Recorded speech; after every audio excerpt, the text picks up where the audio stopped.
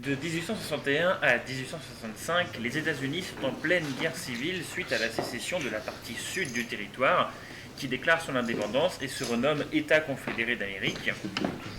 Sauf que 4 ans plus tard, le Sud est exsangue et donc en avril 1865, son général en chef, Robert E. Lee, se rend, lui et son reste d'armée, à son grand rival Ulysses Grant, qui est donc un futur président également, en plus d'être un grand général, ce qui enclenche le mouvement des grandes redditions confédérées, où tous les reliquats en fait, d'armées qui traînaient par-ci par-là capitulent les uns après les autres. Et après 4 ans de guerre civile, vous avez plus de 260 000 confédérés qui sont morts, et près de 600 000 qui se sont rendus, qui vont se rendre, ou bien qui ont déjà été démobilisés. Et ils doivent du coup réintégrer une union qu'ils ont combattue 4 années durant. Le problème, c'est que les tensions sont encore extrêmement vives, et même si le Sud a capitulé pour pouvoir lécher ses plaies dans son coin, l'ambiance dans les États, elle est relativement explosive. Et comme l'a dit un auteur que je vais citer, mais que je décontextualise énormément, parce qu'il est mort en fait avant la guerre de sécession, qui s'appelle Alexis de Tocqueville, donc je le cite, « Le Sud, peuplé d'hommes ardents et irascibles, s'irrite et s'inquiète, il tourne avec chagrin ses regards sur lui-même, interrogeant le passé. » Alors dans un Sud qui justement met en exergue ses valeurs martiales, on se dit qu'on a perdu la guerre, c'est vrai, mais que pour autant ce n'est pas la faute des guerriers eux-mêmes. Et ça nous mène à la problématique qui va du coup irriguer cette présentation, à savoir comment faire en sorte que le combattant défait ne soit pas tourné en final en ridicule. Et donc ça passe par 3 dynamiques parallèles: héroïser les hauts faits des combattants, trouver les brebis galeuses et les boucs émissaires dans le troupeau, et enfin réécrire l'histoire. Alors pour commencer, le Sud procède à une méthode qui est très classique, qui consiste justement à mettre en avant les exploits de ses soldats. On va dire qu'ils n'ont pas été ridicules et qu'au contraire, ils ont été héroïques. Et c'est un procédé qui est d'autant plus facile qu'il existe déjà une sorte de mythe avant-guerre sur ce que c'est le sudiste, et en l'occurrence notamment l'aristocrate sudiste. Et ce mythe, il va être repris pour derrière pouvoir abreuver la légende dorée des combattants confédérés. Alors l'aristocrate sudiste, c'est un homme qui a un appétit guerrier très prononcé et qui n'est pas forcément repu de ses guerres contre les Britanniques, contre les Mexicains et contre les Amérindiens. Il aime beaucoup les armes, ça n'a pas trop changé dans le Sud de nos jours. Il sait monter à cheval depuis l'enfance et il s'évertue à prouver sa noblesse au quotidien avec une attitude martiale et un code de l'honneur très profond qu'on va notamment irriguer aussi avec la pratique assez régulière du duel, alors qu'il est à cette époque-là déjà interdit. Alors, je vous ai pris 3 exemples de ce que c'est un aristocrate sudiste un petit peu cliché dans la culture populaire. Le premier qui n'est pas tout jeune, c'est Orymain dans la série Nord et Sud, donc ça a 3 saisons de 10 épisodes de 1 heure chacun où c'est que de l'eau de rose et de la romance, quasiment. Mais ça vous montre bien ce que c'est un petit peu l'aristocrate sudiste. Et plus récemment, dans Django Unchained de Tarantino, vous avez Big Daddy, que vous avez ici au centre, qui illustre bien ce phénomène-là, ou également plus connu dans le film de Tarantino, Calvin Candy, joué par Leonardo DiCaprio. Alors, le sudiste pratique beaucoup la chasse, y compris aussi la chasse de l'esclave qui se serait enfui de la plantation. Donc ça, c'est pour l'aristocrate. Le paysan sudiste, lui, il est obéissant, il est bourru, mais il est en même temps courageux face à la peine. Il protège sa terre plus que tout, et c'est également un très fin tireur. Et donc en fait, quand l'aristocrate sudiste fait un officier parfait, le paysan sudiste fait un soldat parfait à son tour. Donc c'est un mythe. Ce processus de mythification, il n'attend pas la fin du conflit pour s'enclencher. Le général Lee lui-même dira que l'armée qu'il avait à sa disposition était selon lui la meilleure armée à jamais avoir foulé le sol de la terre. Et c'est repris durant la guerre, notamment dans les journaux, qui sont toujours très friands en fait, de nouvelles et parfois aussi d'exagérations. Et le but, en fait, c'est que ce mythe va servir à entretenir le moral du pays et le moral des troupes durant le conflit qui se passe quand même relativement mal pour le Sud. Et lire quelques lignes de journaux sudistes comme le Picayune de la Nouvelle-Orléans, ça le montre bien. Les sudistes, ils sont persuadés que leurs enfants sont invulnérables et que, évidemment, ils vont gagner la guerre, et vite. Ce qui fait que, du coup, au final, même si c'est une forme de propagande très classique, la défaite ne peut en être que plus humiliante pour les confédérés. Mais d'un autre côté, malgré la défaite, le mythe, il est conforté par toute une série de hauts faits qui vont trouver des échos derrière dans la presse, dans le mythe en lui-même. Et je vous en ai sélectionné 3 en particulier. Alors le premier que j'ai renommé l'impressionnant, à savoir la bataille de Chancellorsville, où les sudistes sont en sous-nombre à 2 contre 1, et ils attaquent et ils gagnent. Et notamment grâce à la mobilité des hommes que vous avez ici, qui sont les hommes du général Stonewall Jackson, des hommes qui vont gagner en fait un surnom durant cette bataille, le surnom de cavalerie à pied, parce qu'en fait ils sont capables de parcourir jusqu'à 50 km par jour en sous-nutrition pour aller attaquer l'ennemi là où il s'y attend le moins. Autre haut fait que j'ai qualifié comme étant le célèbre, c'est la charge de Pickett lors des 3 jours de bataille de Gettysburg. Donc c'est la charge qui a lieu à la toute fin de la bataille. Gettysburg qui est une défaite confédérée, ce qui est intéressant parce que ça montre que les sudistes n'en font pas en fait d'omerta sur leur propre défaite militaire. Au contraire, quand le sudiste perd, on va mettre en avant son comportement héroïque et son sens du sacrifice. Et en l'occurrence, du coup, durant la charge de Pickett, vous avez 10 000 soldats confédérés qui vont surgir d'un bois, qui vont devoir traverser 2 km de champs à découvert, à pied, en marchant, sous les tirs de l'artillerie, sous les tirs des fantassins fédéraux et sous les tirs également des tireurs d'élite, qui se donnent à cœur joie. Le tout pour attaquer en plein centre de l'armée de l'Union, mais au final, ça échoue lamentablement. Il y a seulement quelques hommes qui parviennent à la ligne des hautes eaux, comme elle est appelée ici, avec à planter un drapeau, à secouer un chapeau, et au final, ils se font tous capturer ou tous tués, et les autres refluent en désordre.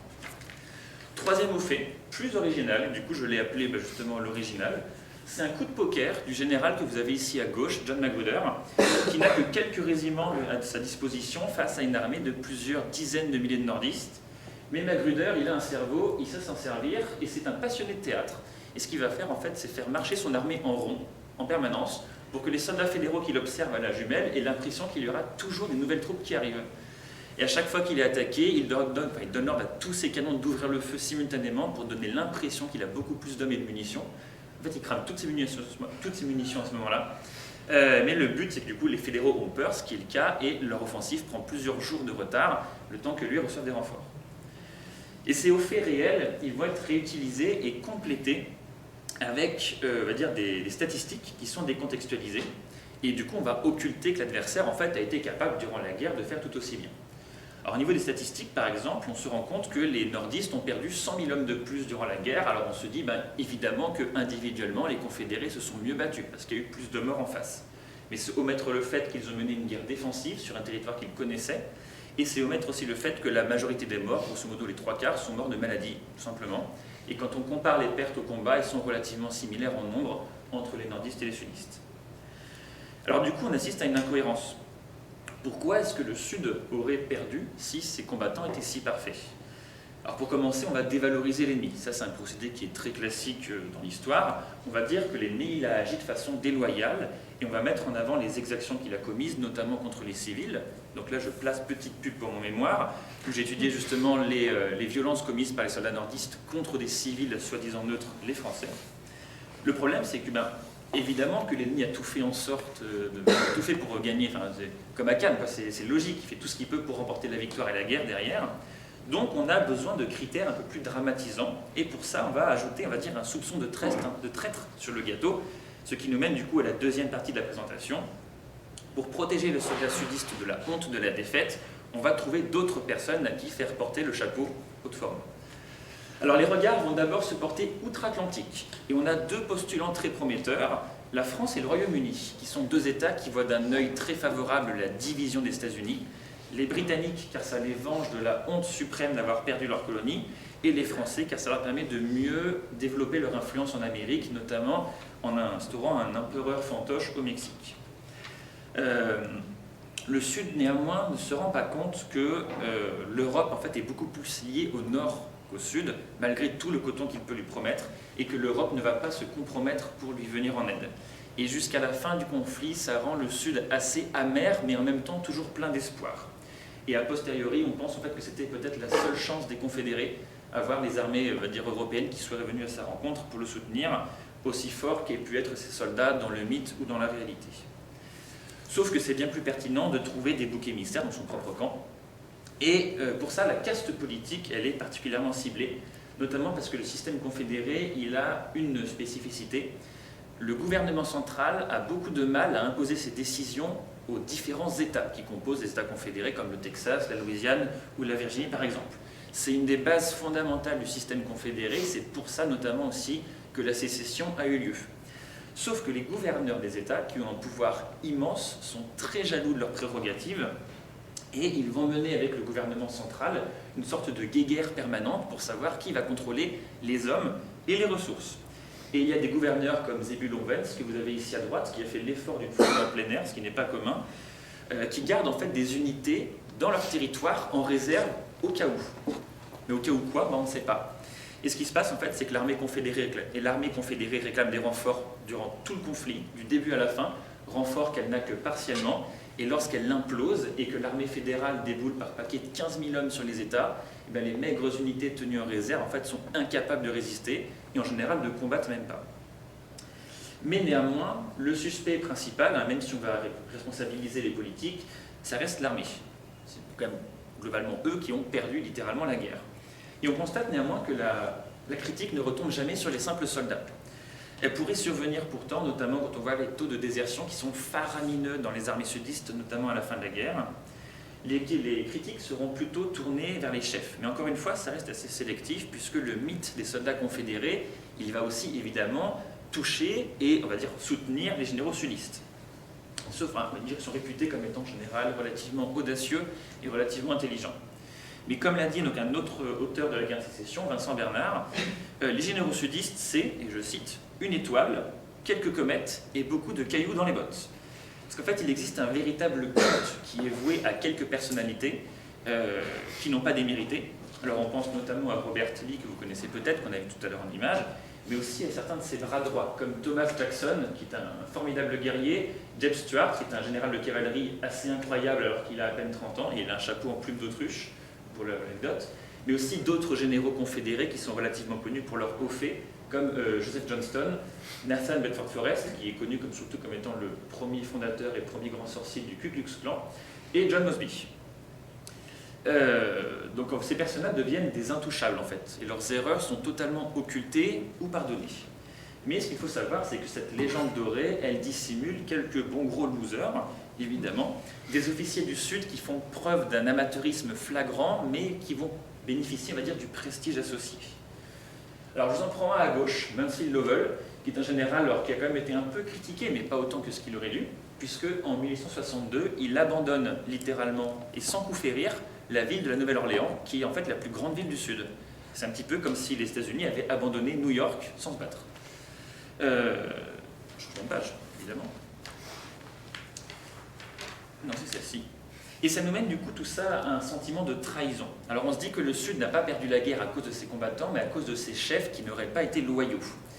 Et notamment ceux qui collaborent après la guerre. Savoir qu'une fois que le conflit est fini, que les États-Unis récupèrent, on va dire, leur Sud, il y a des généraux qui vont participer avec le gouvernement central pour essayer de rétablir la situation, notamment le cas de James Longstreet, que vous avez ici au centre. Et c'est ce qu'on appelle donc des scalawags. C'est une sorte de... C'est comme nous on dirait littéralement les collabos pendant la guerre. Toutes leurs erreurs sont mises en avant comme étant justement des critères de la défaite. Alors Longstreet, par exemple, c'est un des bras droits de Lee, un des plus grands piliers de l'armée confédérée. Il est adulé pendant la guerre, mais tout ce qu'il a fait de mal va être mis en avant, notamment à Gettysburg, où il aurait retardé un assaut. Et donc en conséquence, par peur des critiques, certains officiers vont se mener des guerres de témoignages après le conflit pour rétablir leur version des faits qu'ils vont crier comme étant authentiques. Et certains vont perdre ces duels, et pour eux c'est terrible parce qu'ils vont subir un opprobre national relativement puissant. C'est le cas notamment de Braxton Bragg, qui est, il est vrai, un général qui a un passé militaire très médiocre et qui va se voir assailli de toutes parts, et tout ce qu'il a fait va être remis en cause en permanence. Les soldats sudistes, eux, ils ne seront jamais inquiétés par ce défi dans les duels. Néanmoins, d'ailleurs, c'est même le contraire, leur témoignage va prendre une très grande valeur. C'est un petit peu ce que vous aviez dit hier, c'est la tyrannie du témoin. On est persuadé qu'ils ont raison, alors qu'évidemment, eux aussi, leur témoignage, il est très subjectif, très partisan, très orienté. Et cette transition nous permet d'aborder donc la dernière partie de cette présentation. Pour garder intacte la mémoire du soldat sudiste, on va essayer de réécrire l'histoire. On va essayer d'enraciner le mythe dans la postérité. Et donc oui, dans certains cas, eh bien justement, l'histoire, elle est écrite en partie par les perdants. Et donc il existe différents courants historiographiques, c'est-à-dire d'études de l'histoire, d'histoire de l'histoire, qui ont travesti un temps la réalité. Et le premier, c'est l'approche qu'on appelle révisionniste. Alors c'est pas que au sud des États-Unis, mais il y a ce courant-là qui est très puissant. En gros, on porte l'accusation sur les nordistes. On dit que c'est les nordistes qui ont provoqué la guerre, et on va dire qu'ils auraient poussé le Sud à prendre les armes. Et ça, en fait, ça commence notamment après la Première Guerre mondiale, Guerre dans laquelle les États-Unis ressortent avec un goût très amer dans la bouche, ils n'ont pas l'impression d'y avoir gagné grand-chose, et ça ouvre une image qui est, qui est très favorable au Sud et à l'image de ses combattants. C'est la naissance du mythe de ce qu'on appelle la cause perdue, où on dit que le soldat sioniste était dans son bon droit, mais en fait qu'il ne pouvait pas gagner tout simplement. Et du coup, le soldat confédéré devient un soldat chevaleresque, un petit peu à la Hector de Troie. On va dire que c'est un soldat d'exception, mais que sa résistance, elle est vaine face à deux facteurs, et en gros, on dit que le mythe est vrai. Le premier facteur, c'est le rapport de force. Il faut savoir que les confédérés ont combattu quasiment toute la guerre durant à 1 contre 3, en nombre, pas forcément sur les champs de bataille en eux-mêmes, notamment grâce au flux de migrants irlandais et allemands qui vont irriguer l'armée de l'Union en candidats permanents, enfin candidats potentiels permanents, ce qui fait que le Sud a l'impression, et critique ça évidemment, de se battre contre un ennemi qui utilise que des mercenaires. Et donc on fait référence aux soldats essois qui ont été employés par les Britanniques lors de la guerre d'indépendance, mais aussi face à un Nord, qui utilise des migrants pour faire la guerre par procuration, en leur promettant en échange la citoyenneté, ce qui est partiellement fou. L'autre facteur, c'est la technologie. Il faut savoir que le Nord concentre 90% d'industrie avant le déclenchement du conflit, face à un Sud qui est si démuni par la guerre que ses soldats en viennent parfois, y compris en hiver, se battre pieds nus, ce qui est vrai.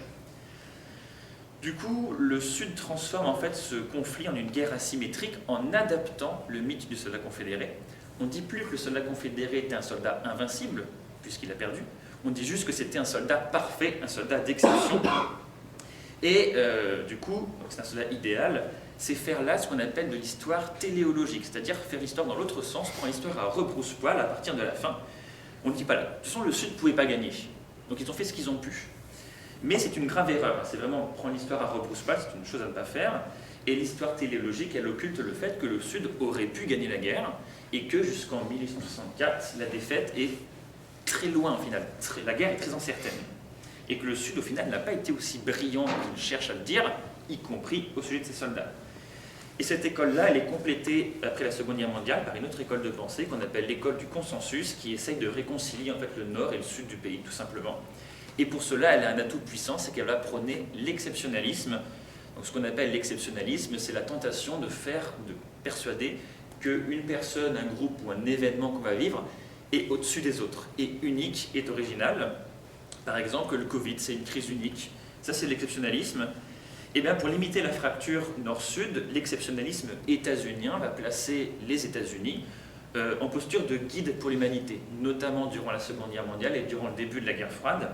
Et c'est une absurdité qui va toucher évidemment les sciences et qui va derrière impacter un petit peu la façon d'écrire l'histoire, notamment durant la Seconde Guerre mondiale, où les États-Unis justement prennent une position très importante et très hégémonique, où ils se prétendent entre guillemets des sortes de sauveurs du monde libre. Et donc en gros, le but du jeu, c'est que pendant que les soldats sont en train de se bagarrer en Italie ou en Europe, ou en Normandie, on essaye d'unifier la mémoire autour des anciens combattants, peu importe la couleur de leur uniforme, qu'il ait été bleu ou gris. Et ce qui est assez amusant, parce qu'en fait c'est totalement contraire à ce que pensaient les véritables sudistes, qui avaient l'impression de former une société à part dans les États-Unis, et d'où justement que la façon qu'ils ont eu de légitimer la sécession. Et il existe un très bon exemple qui montre que cet exceptionnalisme, il pollue encore nos esprits, et ça, tous mes proches, ils le connaissent bien, parce que je passe mon temps à leur casser les pieds avec ça, c'est le fait qu'on utilise le mot américain et pas le mot états-unien. C'est comme si on disait les Européens pour parler des Français. Ça, c'est le meilleur symbole d'exceptionnalisme, si bien que je crois qu'en anglais, il n'existe pas de mot pour états-unien. C'est American tout le temps. Quasiment la transition, la conclusion, je veux dire. Le problème, c'est que cette mode historiographique en France, elle a porté ses fruits, et pas qu'en France, aussi en Amérique, aux États-Unis notamment, elle a porté ses fruits et ça continue de nos jours d'irradier des travaux d'écrivains. Et je ne vais pas utiliser le mot historien, en fait, tant leur objectif politique et intellectuel derrière, il est très visible, notamment des hommes comme Alain Sanders ou Éric Vieux de Morzadec, ou encore, il y en a un troisième, j'ai oublié son nom, ça ne nous embêtera plus, c'est tirer une balle dans la tête devant une cathédrale, en prônant, grosso modo, la supériorité raciale blanche, très clairement. Dominique Vénère. Comment ? Dominique Vénère. Dominique Vénère, c'est ça tout à fait. C'est le fameux Les Trois Mousquetaires de l'historiographie révisionniste francophone. Bon, lui, il est belge, je crois, Dominique Vénère, je ne suis pas sûr de moi. Et le problème, c'est que cette écriture de l'histoire, elle a trouvé un prolongement pendant un temps et par moments dans la culture populaire, avec une vision déformée et romantique de la réalité, le cas le plus connu étant Autant en emporte le vent, qui fait en fait du Sud un terreau fertile pour des hommes d'une exceptionnelle valeur. Mais de nos jours, c'est totalement l'effet inverse qui est en train de s'embrancher. On en vient en fait à une critique tout aussi subjective et partiale des soldats sudistes. Donc en fait, on est passé d'un extrême à un autre. Et pour conclure, rappelons les idées essentielles. Les soldats sudistes rentrent dans leur foyer avec une réputation de vaincus, certes, mais une réputation de guerriers immaculés et idéaux. Et ils sont porteurs d'une image, d'un style que leur acte au combat et les récits qui en ont été faits ont été confortés, qu'ils soient véridiques ou non. Sauf que les faits peuvent être enjolivés, la finalité reste la même, les confédérés ont perdu. Et donc pour blanchir leur image, on cherche à trouver des boucs émissaires, qu'ils soient européens, politiques ou plutôt liés à la caste des officiers. Mais en aucun cas, le fardeau de la défaite, il est porté sur le simple combattant qui est mort dans sa tranchée. Et ce constat vaut pour le moment, mais ça vaut ensuite également, avec une écriture et une réécriture de l'histoire qui se transforment parfois en une quasi-vénération de ces soldats. Alors que, comme l'a dit Farid Hammer, qui est un autre historien de la guerre de sécession, ils n'ont pas fait moins bien que les autres combattants, mais ils n'ont pas fait mieux pour autant. Et ce mythe en fait s'enracine également dans des œuvres culturelles et également dans la patrimonialisation, parce que juste après la guerre et durant 50 ans, le Sud va se couvrir de toute une série de monuments et de statues en l'honneur de ces soldats morts au combat notamment, avec une dimension évidemment assez majestueuse et assez héroïque. Sauf que, ces dernières années, ces monuments en question, ils ont tendance à être abattus encore plus vite que les hommes qui les représentaient ne l'ont été sur le champ de bataille. Et les débats et les conflits que ça engendre montrent que c'est un mythe qui est encore très cher à une partie de la population et insupportable pour une autre. Je vous remercie.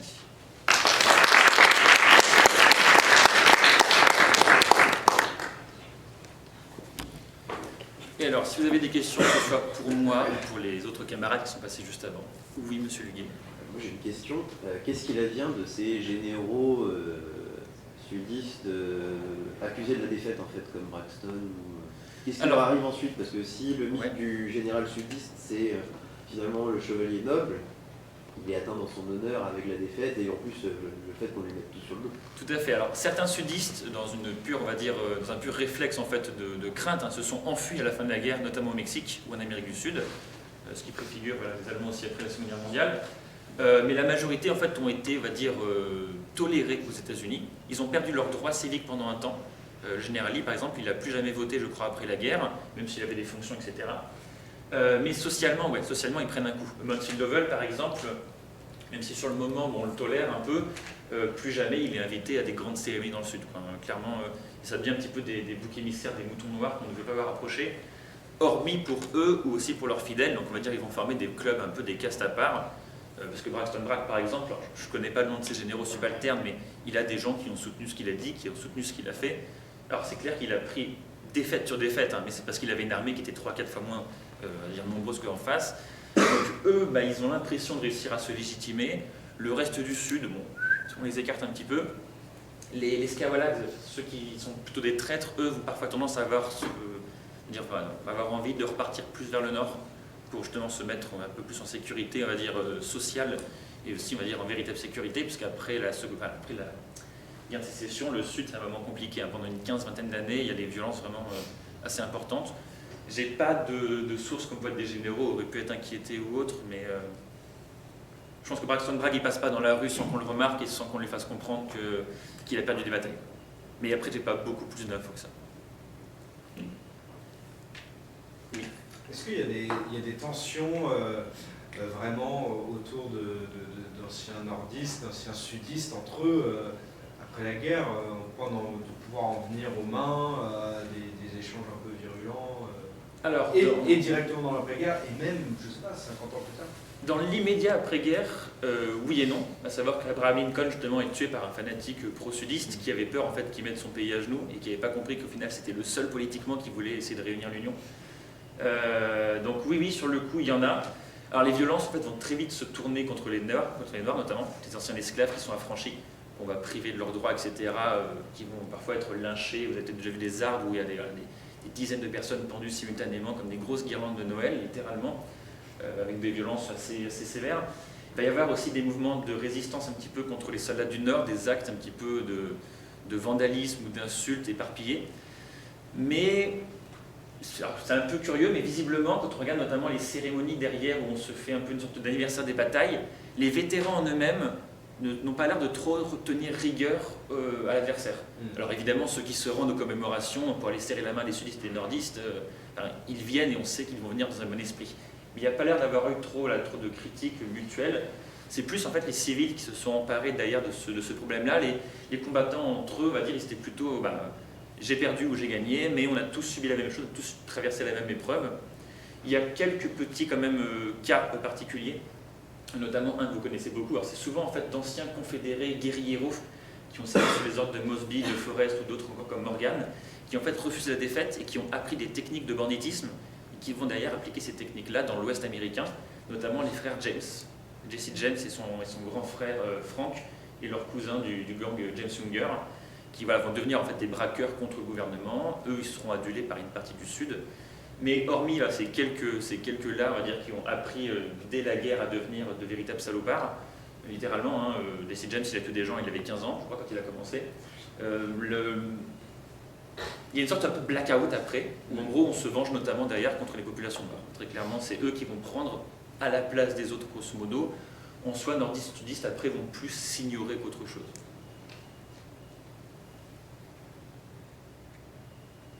Pas d'autres questions? Oui, M. Tramway.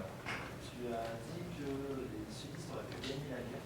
Ouais. Est-ce que ça a été creusé par des historiens ou des auteurs? Parce que le chronique aujourd'hui, c'est un pas. Oui, ça a été très creusé notamment par Vincent Bernard, qui a fait un livre en français qui est super bien, qui dure c'est 130 pages, donc ça se lit très rapidement, qui s'appelle « Le Sud aurait-il pu gagner la guerre ?» En gros, ce qu'il explique, je fais rapidement de ce que je me souviens, c'est qu'il y a plusieurs facteurs sur lesquels donc, il va travailler, plusieurs facteurs qui, s'ils avaient été combinés, auraient permis au Sud en fait, de gagner. Enfin, on pense, parce que c'est l'histoire là derrière, c'est l'histoire prospective, on n'est pas sûr, on fait des hypothèses. La première, en fait, la plus importante, ça aurait été simplement de ne pas attaquer. En gros, quand le Sud déclare son indépendance, les États-Unis sont un petit peu dans l'embarras, mais ils n'attaquent pas du tout le Sud, en fait. L'Abraham Lincoln, il ne veut pas déclencher une guerre civile. C'est les sudistes eux-mêmes qui... Alors, je ne sais pas si on voit très bien, mais... La souris, c'est au niveau de Fort Sumter, donc c'est en Caroline du Sud, donc c'est ici, qui vont attaquer un fort que l'Union n'a pas évacué, un fort dans lequel il y a 20 bonhommes. En mode, c'est chez nous, vous avez une semaine pour partir. Le soldat en question le major fait non, je pars pas. Et donc elle bombarde. Donc en fait, c'est le Sud qui fournit le prétexte au Nord de pouvoir derrière mener la guerre. C'est eux qui déclenchent officiellement la guerre. Donc ça, c'est la première idée. Ils auraient pu déjà, s'ils n'avaient pas déclenché le conflit, peut-être soit négocier, on va dire, un retour dans l'Union, soit peut-être rester un pays indépendant. Ça, on n'en a pas beaucoup d'idées, ça n'a pas été très étudié. Il y avait aussi la possibilité, donc ça, c'est moi ce que je pense, et apparemment Vincent Bernard pensait. Je me calque sur son avis, je veux dire, c'est pas mon idée à moi, c'est la sienne. C'est peut-être un petit peu leur seule chance, ça aurait été de convaincre les Français, notamment qui étaient plutôt partants, juste la caste politique supérieure, et les Britanniques de venir en fait se battre, notamment avec leur navire de guerre, casser le blocus qui permettait au Sud d'exporter son coton pour s'acheter des armes, etc. Ça, du coup, les nordistes ont bien fait comprendre aux Français et aux Britanniques que non, leur intérêt commercial, il était de rester avec l'Union, ce qui était vrai. Et que si jamais ils voulaient se battre, les nordistes étaient partants, très clairement. Le secrétaire d'État, donc en gros le ministre des Affaires étrangères états-unien, le numéro 2 d'ailleurs, Seward, il était partisan lui pour déclarer la guerre à la France et à la Grande-Bretagne en même temps que le Sud.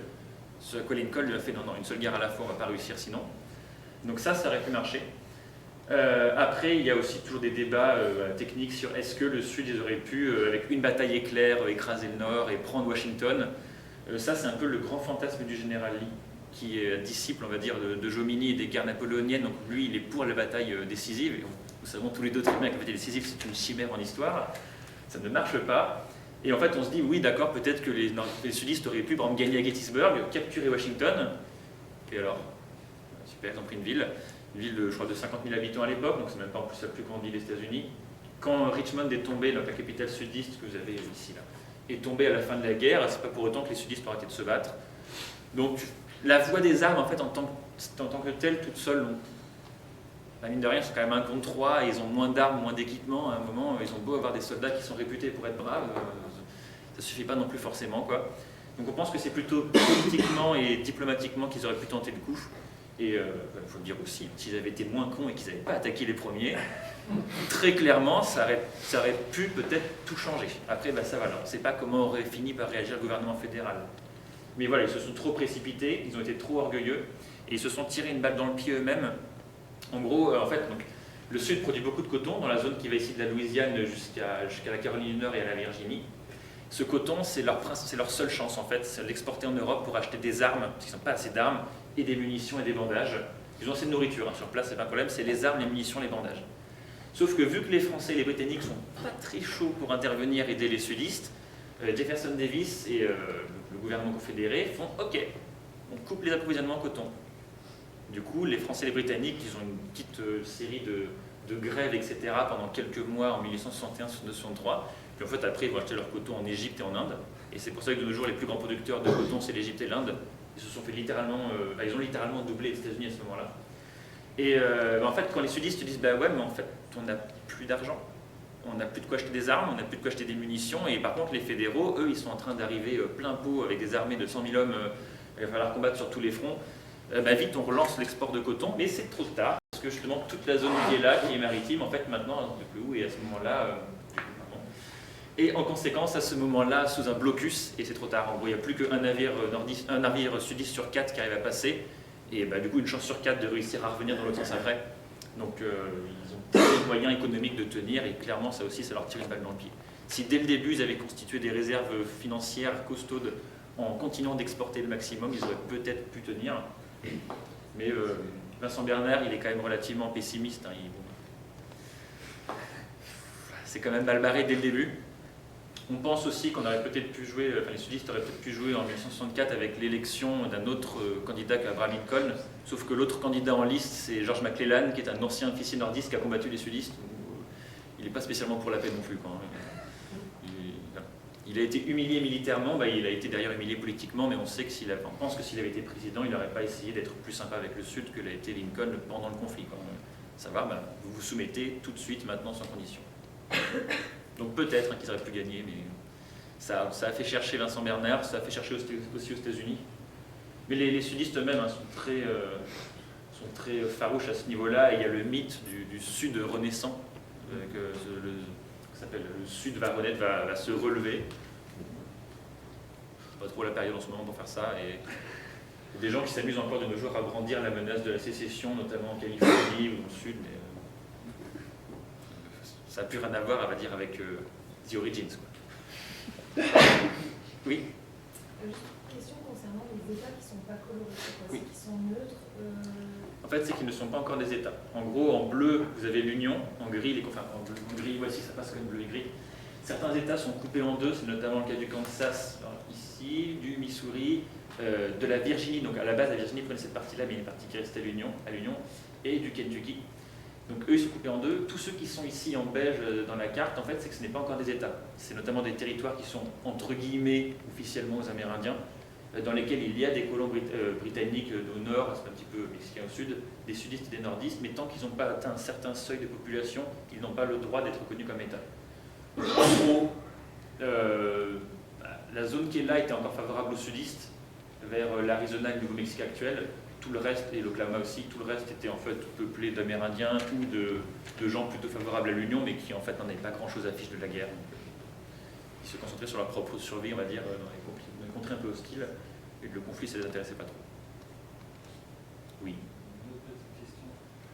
Le Hanley, génie ou loser? J'ai pas entendu. Le Hanley, génie ou loser? Petit ange parti trop tôt. Le Hanley, c'est le premier sous-marin de guerre à avoir fonctionné. En fait, les sudistes, du coup, vu que leurs côtes sont totalement bloquées par la marine de l'Union, vont développer plein de nouvelles tactiques qui, de nos jours, sont très importantes dans toutes les stratégies et tactiques militaires mondiales. Donc, ils développent les premiers navires cuirassés, qui, de nos jours, sont devenus fondamentaux. Pour tous ceux qui travaillent à Navalco, peut-être qu'ils connaissent un peu mieux que moi. Ils ont développé les premières mines navales et ils ont développé donc, le premier sous-marin de guerre qui devait, donc, avec son gros dard en métal, éperonner les navires d'en face, sauf que c'était très compliqué, ça marchait mal. C'était très courageux, il y a un film qui a été fait là-dessus qui est très bien fait. La première fois qu'on fait un test, il tombe dans l'eau, tout le monde meurt noyé, on le ressort de l'eau. On refait un test en pleine mer, ça ne marche pas, il retombe au fond de l'eau, l'équipage meurt une deuxième fois avec son inventeur. On ressort de l'eau, puis il a réussi une troisième fois à éperonner un navire, sauf qu'il a explosé, on va dire, avec. Donc pour moi, c'est un coup de génie dans l'idée, dans l'audace, c'est un coup de loser dans la réalisation technique derrière, parce qu'ils ne se sont pas dit en fait que l'onde de choc allait pousser le navire au fond. Et s'ils avaient été un peu meilleurs en physique et qu'ils avaient un peu plus révisé à l'école, ils se seraient rendus compte que faire péter une charge de, je crois, 300 kg de TNT à 10 mètres du sous-marin, c'était pas la meilleure idée qui soit pour assurer sa survie. Mais on n'est pas sûr, on pense que c'est pour ça qu'il a coulé. En fait, on pense que le choc a traversé la coque et a broyé les poumons de l'équipage à l'intérieur. Tout le monde est mort sur le coup assez rapidement, et après le sous-marin, il s'est effondré. Donc, coup de loser. Un futur sujet. Ah, bien sûr. Il s'appelle le Hunley. Alors, il est très compliqué à trouver. J'ai passé des années à essayer de le télécharger en toute illégalité. J'ai jamais réussi. La seule chose qui m'a permis de l'avoir, c'est de l'acheter en DVD sur Amazon en import depuis les États-Unis en anglais, sous-titré anglais. J'ai jamais réussi à le trouver autrement. Normalement, c'est un film qui est en VHS. En fait. Est-ce que c'est un peu un film propagande sudiste Non, justement, c'est ça que j'ai trouvé bien. Il y en a un paquet de films qui sont vraiment pourrus, soit le sud, soit le nord. Eux, ils arrivent à avoir une vision assez neutre, à savoir quand vous parle de l'équipage et de ses missions, sans en faire des héros, des hommes de grande valeur qui se sacrifient. Non, en fait, c'est 8 hommes pauvres qui ont été recrutés sur la marine et dans des fermes et qui sont venus là parce qu'ils avaient besoin d'argent et qui étaient forts physiquement pour actionner les leviers qui démarchaient le sous-marin et qu'ils avaient rien d'autre à perdre, mais c'est resté relativement neutre, c'est ça qui est bien, quoi.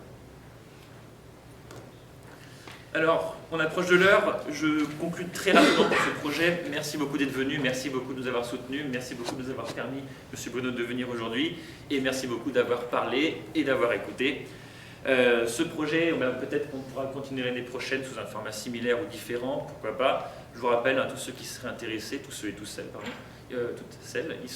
il est ouvert à tous, sans considération d'âge, de sexe, de distinction sociale ou historique. Du moment que le travail, on va dire, est bien fourni et qu'il est sérieux, vous voyez qu'on a moyen de faire des conférences rapides, mais relativement précises. Le but pour nous, c'est qu'on parle d'histoire, mais plus tard aussi d'autres sciences sociales. Donc pourquoi pas de la sociologie, de la géographie par exemple. Donc ceux qui veulent me contacter, et surtout n'hésitez pas à souhaiter des renseignements. Et donc je vous remercie encore une dernière fois très chaleureusement et je vous dis peut-être à l'année prochaine. En espérant vous revoir.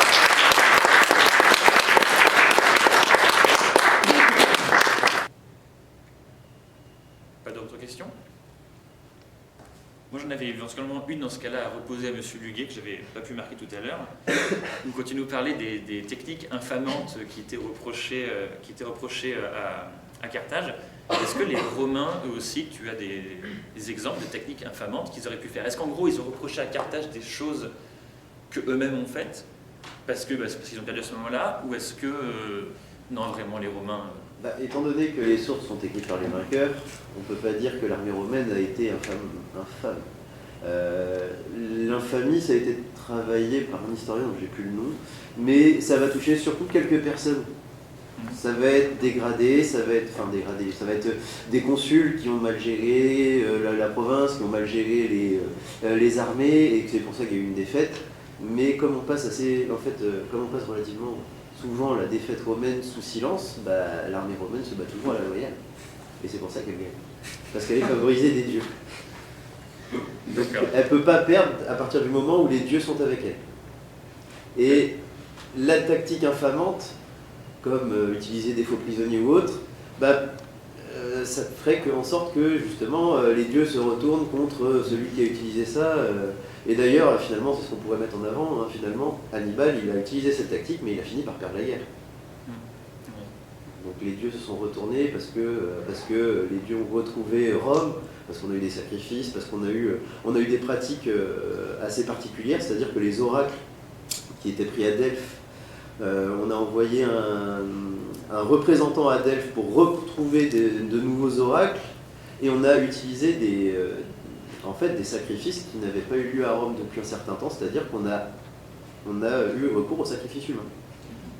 On a enterré sous le forum aux bœufs, donc c'est le forum central à Rome, qui est en bordure de rivière, et en fait on a enterré un couple de Gaulois et un couple de Grecs, parce que c'est de leur faute, il y a trop d'étrangers à Rome, et parce qu'il faut bien que les dieux, et les dieux notamment sous terre, aident Rome, parce que là, après Cannes, en fait, la route pour Rome, elle est ouverte. Et c'est ça qui est assez étonnant, c'est que Hannibal se dit, plutôt que d'aller assiéger Rome, alors il avait Il avait des problèmes d'hommes, il n'avait plus suffisamment d'hommes. Il avait des problèmes de matériel, il n'avait pas le matériel de siège pour le faire, et il avait des problèmes de fonds, ce qui fait qu'il envoyait souvent des représentants à Carthage pour leur demander plus de fonds. Il s'est dit qu'il allait peut-être trouver ce qu'il a, un vivier de soldats dans le sud de l'Italie avec les Samiens, mais finalement ça n'a pas fonctionné, les populations ne sont pas retournées contre Rome, et du coup on a pu retrouver on a reconstitué des légions, donc 8000 esclaves qui ont été libérés avec l'accord de leur maître pour être enrôlés directement dans les légions et reconstituer les forces militaires. Comme je vois que tu as bien révisé ta capacité au sujet des sacrifices humains, est-ce que tu as une damnatio memoria sur des généraux comme Varron ou des consuls? Non. Non, là c'est vraiment très particulier. La damnatio memoriae, c'est vraiment... Là c'est décrété ou par le Sénat ou par les empereurs. C'est plus les empereurs qui vont être concernés d'ailleurs. Et en fait, on va pas avoir on va pas essayer de les enlever de l'histoire. D'ailleurs, Varron s'en sort très bien lui après. Varron, par les auteurs donc qui sont plus tardifs, ils écrivent à l'époque augustéenne, voire pour Valère Maxime, on est même un peu plus tard. Varron, il va avoir une carrière qui est assez honorable derrière. Il va être proconsul, il va avoir des charges religieuses. En fait. C'est bien plus tard qu'on va lui reprendre. C'est plus tard, en fait, c'est lorsqu'on revient sur l'événement qu'on va lui attribuer, parce que Ptolémée étant mort, il y a un consul qui est parti, c'est forcément de sa faute si on appelle. Du coup, j'interviens, je renverse la vapeur, je change de cible pour protéger M. Liguier. Est-ce que M. Cinquin, tu es au courant s'il y a d'autres... Parce que le Siam, en fait, une fois qu'il a eu cet échange avec la France, est-ce qu'il a essayé de contacter derrière d'autres provinces européennes pour faire d'autres ambassades? Non, parce que finalement, dans le temps où... donc là, la révolution de 1688, le temps que ça se digère un petit peu dans la région, voilà, les provinces unies sont de nouveau en guerre, l'Angleterre aussi, la France aussi, l'Espagne aussi. Finalement, les nations européennes, elles, dans leur coin, vont être très occupées en Europe. Et en océan Indien, il va se former une forme un petit peu de statu quo, quand un navire hollandais, les Hollandais vont être un petit peu en retard. Mais par exemple, les Britanniques et les Portugais, on se croise, on fait comme si on ne s'était pas vu, ce qui fait que personne ne va oser un petit peu avancer ses pions sur l'échiquier, et du côté européen, et du côté un petit peu, locaux, quoi, les Siamois, les Birmans. Il y a peut-être un petit peu les actuels Malais et Indonésiens qui vont profiter un petit peu de ces déclats en Europe pour commencer, sans grande réussite, à récupérer un petit peu une forme d'indépendance, notamment autour de Batavia, Banten, l'actuel Jakarta, dans cette région-là. Ça n'a pas vraiment marché. Mais non, pas de... Et le Siam du coup, non. C'est bon, c'est un peu, ok, on a tenté l'expérience, ça a bien, on passe à autre chose. Et après, je ne suis pas allé chercher beaucoup plus loin dans les grandes lignes, je me suis arrêté aux années 1730 à peu près. Mais après, il ne me semble pas... La particularité du Siam, c'est que dans l'Asie du Sud-Est, c'est le seul État, la seule région qui n'a pas été colonisée. Ce qui en dit long sur le fait qu'ils ne sont doute pas repentés, qu'ils se soient plutôt refermés sur eux-mêmes.